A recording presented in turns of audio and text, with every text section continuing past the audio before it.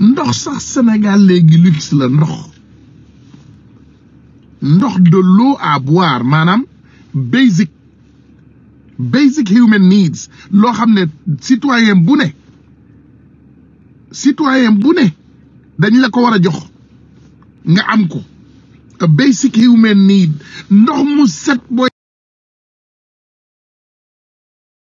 sangoo sax nécessité la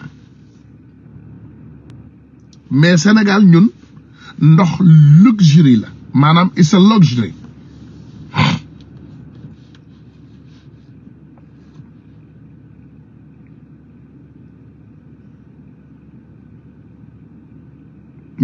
ñun ban façon nit lañu ñun what kind of people are we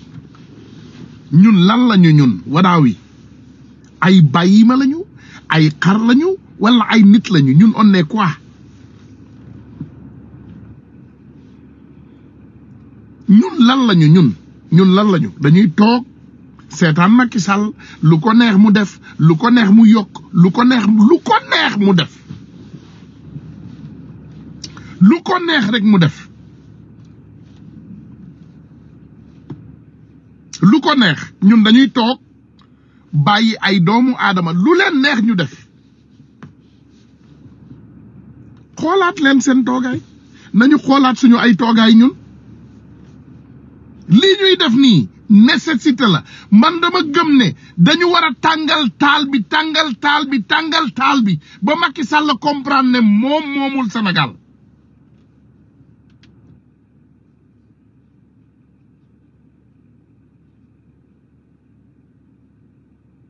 bàyyi leen loolu xel est-ce que les Sénégalais ñun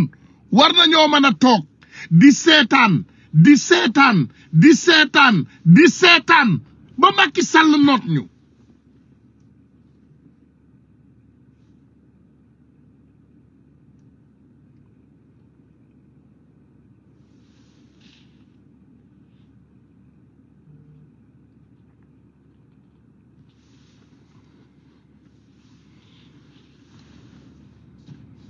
on est dans du sérieux on est dans un état sérieux ñu nekkuñu ci ay caaxaan suñu mbir dépassé na ay caaxaan démb ci guddi damay wax ak sama benn nit mu ne waaw moytul ci kàddu waaw gars yi dañ la bëgg a dugal come on man seriously come on seriously un peu de sérieux est-ce que ñun xam nañu danger bi nga xam ne moom la ñu jànkonteel seetaan leen rek suñu morom yi seetaan leen seen débat regardez leur débat xool leen toujours seen débat rek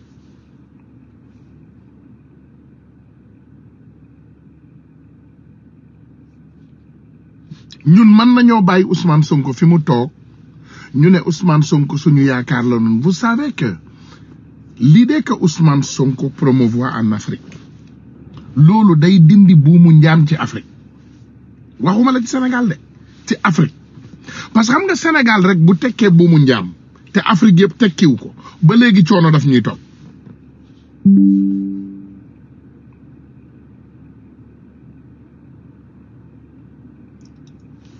Ousmane Sonko rek bu daggee buumu njaamu Sénégal rek Gambie buumu njaam daggu fa daggul Guinée Bissau daggul ci yeneen réew yi yëpp Sénégal ba léegi day am problème suqaleku moo tax Ousmane Sonko ba mu ñëwee il est venu en tant que panafricain en tant que fils africain li muy wax Afrique yëpp lay dindi ci buumu njaam te Ousmane Sonko loolu muy wax loolu la Succès Masra di wax fële ci Tchad docteur Succès Masra dem leen ngeen xool ko loolu lay wax ci Tchad DSP Domingo Simio Pereira loolu lay wax ci Guinée Bissau Gambie y a un jeune y a d'autres Gambie sax Gambie am na xale bu bees bu fa ne boo xam ne il même son bi lay chanter turam moo génn sama bopp même chanson bi lay way Afrique yëpp boo demee tey nga xool le président du Burkina Faso il chante la même chanson boo demee nga xool Mali jant bi même chanson bi la ñuy chanter Niger même chanson bi foo dem ci Afrique way bi Ousmane Sonko di way wax bi muy wax moom la ñëpp di wax dafa am rek différence lu ñu différencier ak population yooyu ñun dañu juum ne ñun ñoo yor chauffeur ñun ñoo yor capitaine u bateau bi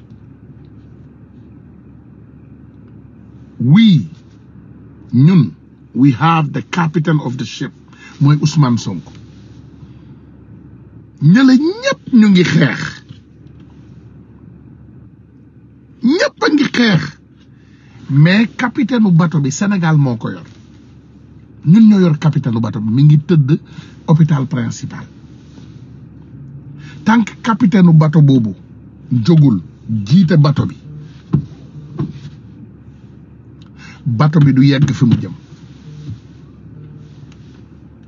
Ousmane Sonko dina yegg fi mu jëm de parce que loolu c'est destiné déjà loolu destin la mais destin bi mën naa gaaw ndax ñun li ñu fas yéeneetul def mooy toog di déglu Macky Sall di déglu bandi yi di déglu sàcc yi ñu jàpp suñu réew mi accaparé ko jàpp suñu ressources yi sàcc ko jàpp suñu nit ñu baax ñi tëj leen ci kaso bi ne pat loolu la ñu nanguwul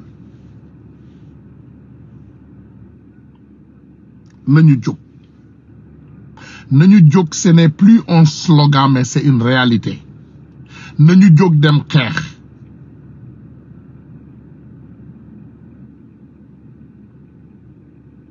nañu jóg dem xeex we have to fight nañu jóg dem xeex gis nga bu ñu jógul xeex bis dina ñëw dinañu bëgg a xeex fekk c'est trop tard parce que bandi yi ñoom fi mu toll nii xoj nañu leen ndax il a essayé avec les mercenaires il a été vilipendé loolu moom par hasard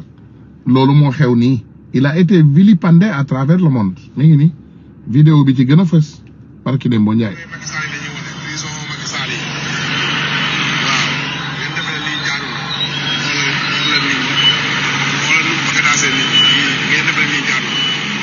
fii nag fii mooy Amérique fii moom ñëpp am nañ droit fii am nañ droit rassemblé wu fii am nañ droit def marche moom li ko naqari moo ñu neex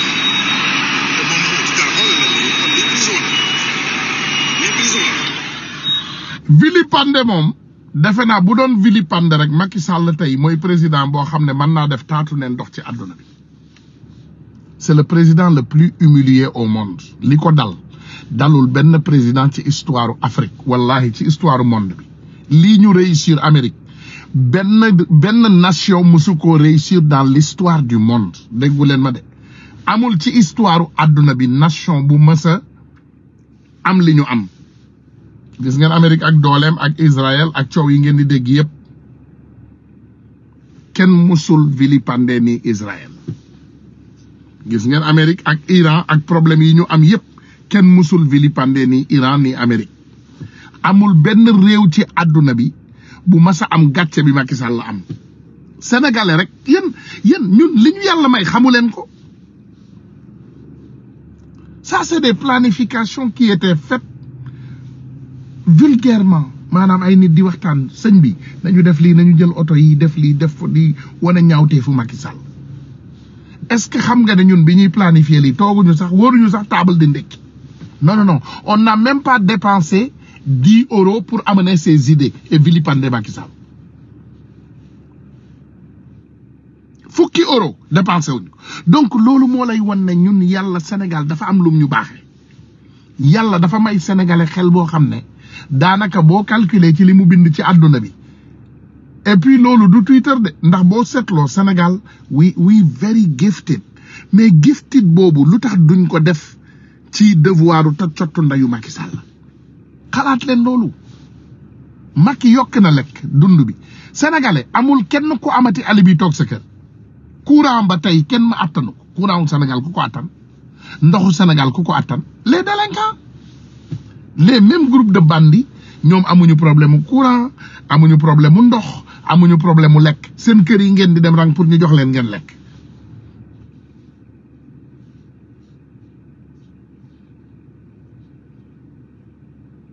yàlla xool leen ñaata champion jàng alxuraan la ñu am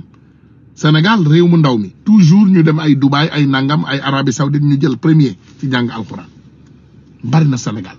toujours dans les créations mondiales ci xam-xam da ngay gis toujours suñu doom yi ci suñu école yi bëgguñu ko tiitaru mais si suñu école yi suñu doom yi ils sont brillants suñu doom yi ils sont brillants ci école yi ils sont toujours premiers de leur classe mais jo bi ñuy jël toujours sénégalais yi dañ ciy jiitu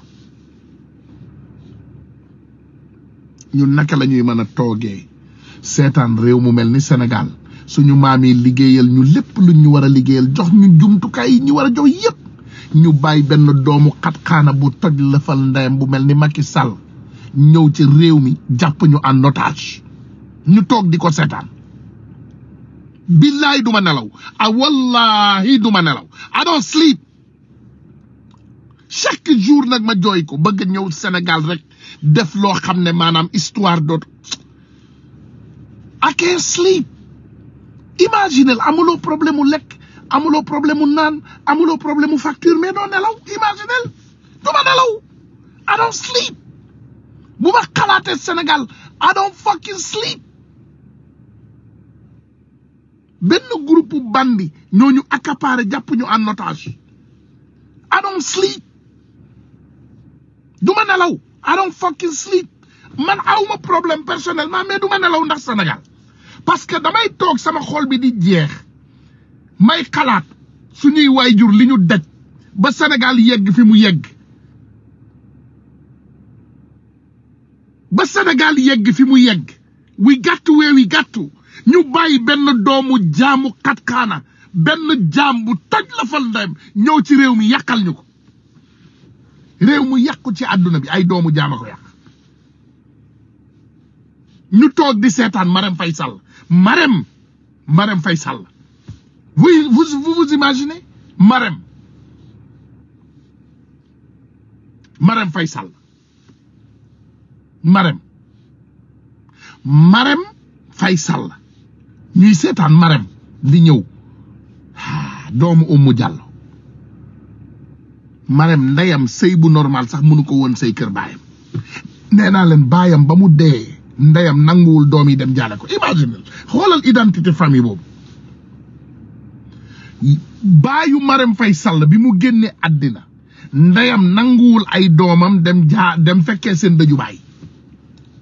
genre nit ñooñu jiite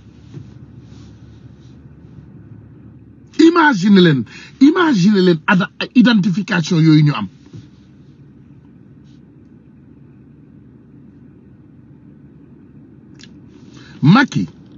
Macky Sall ni mu yabee sénégalais yi billahi wallahi tallahi amul app man dama koy xool sama xol bi man ragal naa ne xol buy metti dina ma rey parce que when I sit there and think about all those things that have been done to us da ngay déglu leen Macky Sall li mu daan wax ci temps Ablaye Wade this is yesterday déglu leen. Je ne parle même pas de ses soutiens parce que déglu leen. man dama jàpp ne que ñooñu sax. déglu lii ndeysaan. ñoo gën a bëggoon président ci lii mu nekk nii. déglu mais moi je m'adresse au président de la République. tey jii. kaddu yi moom moo ko fi waxoon Pape Matar da nga ko war a tegaat sax. non da nga war a tegaat kaddu yi quoi sénégalais yi dégg ko président dégg ko parce que président il faut mu dégg lii. gars yi déglu leen.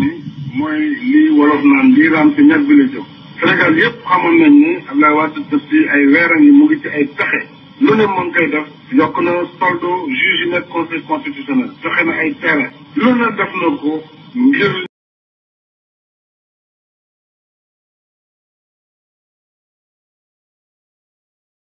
moom nag yoon ak charte réew mi moo ko dàq ci joŋante bi war a am ku waxul droit nekk candidat kon nag bu fekkee conseil constitutionnel ki nga xam ne moo war a nekk le juge des élections xam loolu ba pare teg si tànkam te moom dafay nekk candidat ñun dañuy tàq loolu te duñu si ànd tey duñu si ànd ëllëg te tàq nañu ko te danañ def suñu kem kattan ngir loolu du fi amee waaye gis nañu aussi que moom njiitu réew mi taxaw ne tembe jël ay motukaayam ngir andi doole jaay ko askan bi conseil bi wax candidature yi immédiatement nañu gis ay samba boy ñenn ñi ñu solo leen tëni ñu sànni ay xeer ci place bi nga xam ne mooy obélisque andi fa situation de perturbation au même moment police daal di chargé def ay char à eau tour ndox mu tàng nit ñi. Moi je ne parle même pas de ça. Est-ce que yéen a ngi déglu est-ce que vous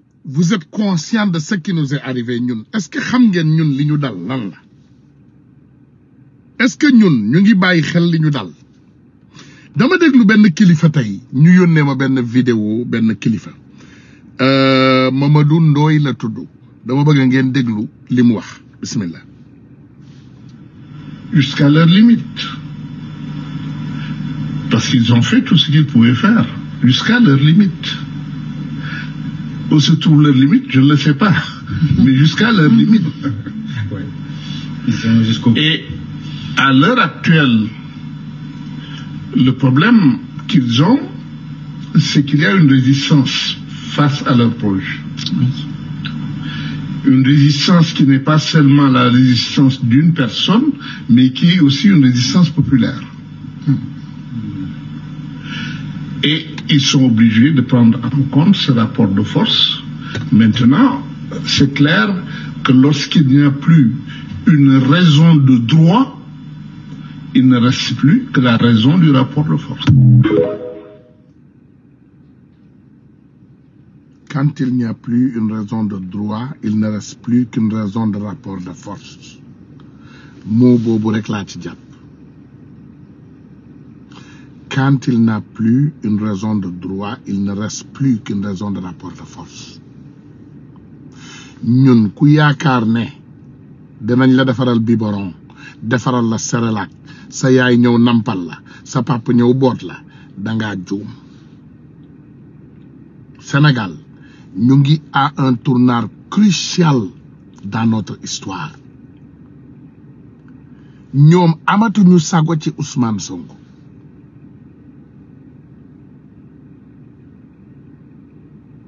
amatuñu sago gis nga nit bu amatul sago il devient dangereux gis nga ñoom amatuñu limite ci Ousmane Sonko à la limite mën nañoo dem sax ba jël bakkanam ndax ragal tellement qu'ils ont peur de faire face à cette personne. Est-ce que xam ngeen Macky Sall ragal bi mu ragal Ousmane Sonko fi mu toll kenn xamu ko ragal bi Macky Sall ragal Ousmane Sonko kenn xamul app bi kenn xamul app bi. Vous savez yu bari daf ñuy échappé et macha allah je dis encore merci beaucoup à voilà merci Mola maa ngi gis lim bind fii merci beaucoup. léegi xoolal ndeysaan li ñu wax ne moom moo xew DGE donc Macky ñun li ñuy wax DGE yëpp di wax bandi ba fa ne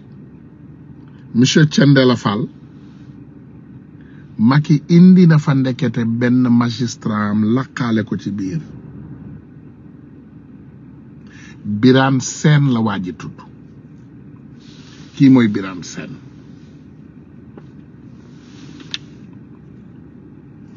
Birane Sène moo nekk nii ndeke Macky indi na fa benn doomu lëfal ndeyam xoolal gémmiñ gi muy mel ni tuunu mbaam ndeke Macky lakk na fa ab Birane Sène ci biir ndeke Macky jël na ab Birane Sène lakk ko fa ndeke bépp banditisme bu ñuy bind ci DGE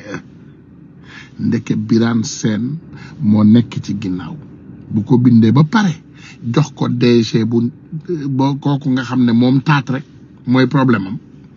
mu jox ko kooku du xool sax papier déjà bay xam li ci ne ndax moom ñaari affaire ñoo ko sonal ci jigéen ci àdduna jigéen ak xaalis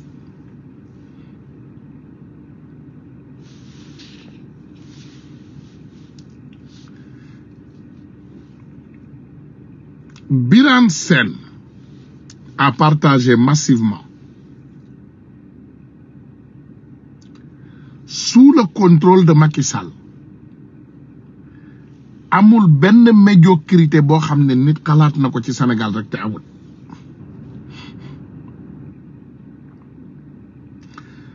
Xam nga ndeysaan maa ngi koy waxtaan ak sama benn xarit tey ci suba. Ñun dañu dem Sénégal tey ba def Ousmane Sonko une marchandise vendue. Xam nga sama rakk tamit da ko daan wax lu bari. Issa Diène ku ko daan déglu ci live day wax loolu lu bari. Mu ne la Macky Sall marchandise la bu jaay bopp amin Ousmane Sonko marchandise la bu jaay boppam ba pare bu mën a jaay boppam. Tey nag ñu dem ci Sénégal on a trouvé que Ousmane Sonko a été commercialisé ba ci nitu Macky Sall yi bu ñu bëggee jaay marchandise Ousmane Sonko lañ koy tuddee.